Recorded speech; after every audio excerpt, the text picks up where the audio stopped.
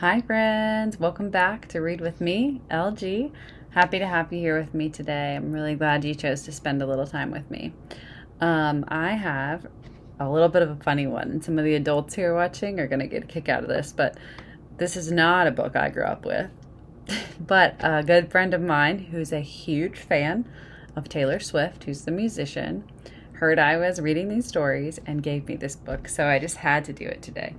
This is Taylor Swift. It's the story of Taylor Swift in a golden book. So we've read a golden book before. In case you guys forget, we read The Color Kittens, which is a classic golden book. It's been around for a long time. This one, it's brand new. So we're going to read this. If you don't know who Taylor Swift is, that's okay. This is the story of a very special lady. Her name is Taylor Swift. Here she is. She is a famous singer and songwriter in our country, in America. So we're going to read her story today. Okay? And this is a little biography on Taylor Swift, okay? And there's no dedication page, so we're just going to jump right in, okay? Taylor Allison Swift was born on December 13th, 1989 in West Reading, Pennsylvania.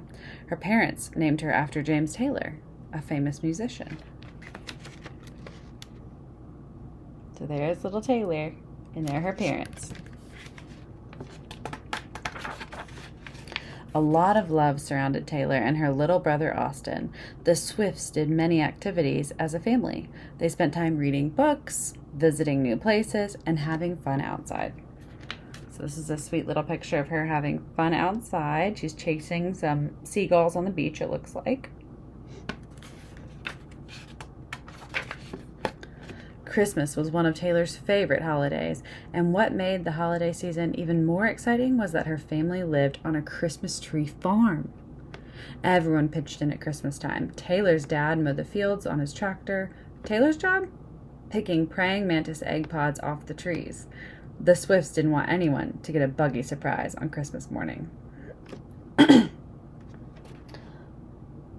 is her and her dog playing, and it says, "I really love Christmas. I wish it was all year round." So they're playing on the Christmas tree farm.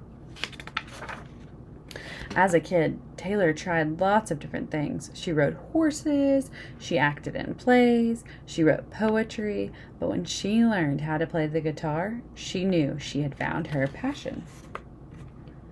So that's her trying different things, acting, riding horses. This is her realizing she loved to play the guitar.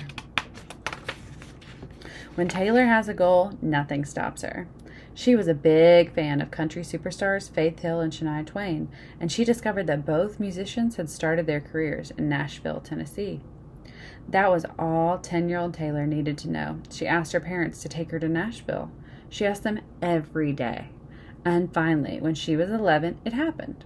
Her mom took Taylor and Austin there for spring break. They drove up and down Music Row, an area with country music recording studios and businesses. While Taylor's mom and brother waited in the car, Taylor ran into the offices of various record labels and handed out CDs she'd made of her music. So that's little Taylor running in. She was only 11 years old. She's trying to get people to listen to her music. Taylor performed anywhere that would have her, including fairs, festivals, and ball games. But sometimes following dreams means doing things other people don't understand. Girls at school were mean to Taylor. Her classmates thought it was weird to like country music so much. This made Taylor sad, but it didn't stop her from doing what she loved. When Taylor was 13, something incredible happened. RCA Records wanted to work with her. Taylor and her family said goodbye to Pennsylvania and moved to Nashville. Her dreams of becoming a country music star were about to come true.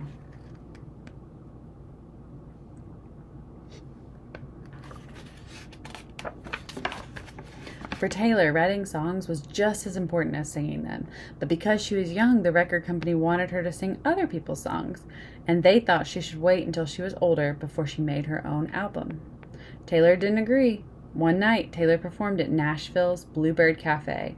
She sang some of her own songs and some songs from other singers. She caught the eye of a music executive in the crowd who was forming a new record label. Guess who he signed up to make an album? Taylor Swift.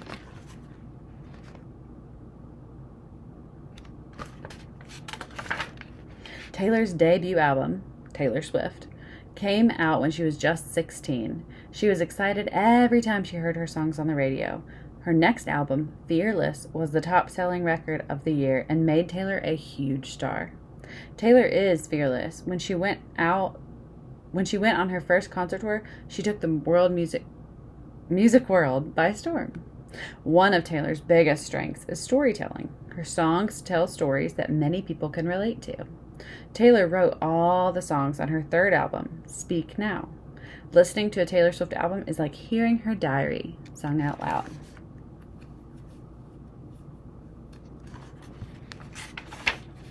Many of Taylor's songs are inspired by her life, like The Best Day, a song about growing up in a loving family and having a supportive mom. Taylor and her mom, Andrea, are very close. They talk about everything. No one has known Taylor longer or knows her better than her mom. Trying new things and taking risks is important to Taylor. Even though country music was her first love, she took a big chance, and recorded a pop album called 1989. And it was the best-selling album of the year. Taylor never lets anything hold her back from creating music she loves.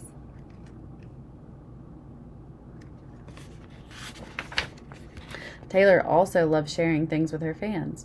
They know that her lucky number is 13. She often hides clues and symbols in her music and videos. For a few of her albums, she surprised special groups of fans by inviting them to secret parties to listen to the album before anyone else. They got to hang out at her house, meet her family, and even bake cookies together.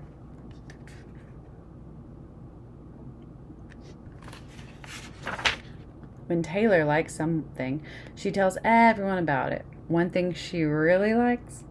Cats.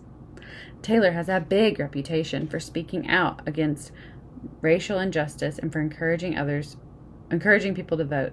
She stands up for other artists and herself, even when it's tough. She's not just a superstar, she's a trailblazer.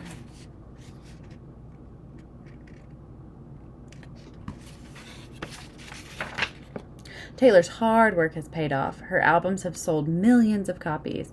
She has won multiple Grammys. She traveled around the world and made people happy with her music.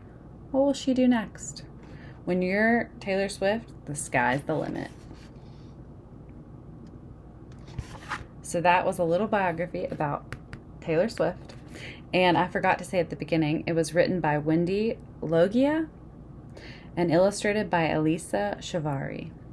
So that was our book of the day. Pretty random, I know, but it was so fun to read about Taylor Swift. I actually am a pretty big fan, so I love that my friend gave me this book, and I'm happy to share it with you guys.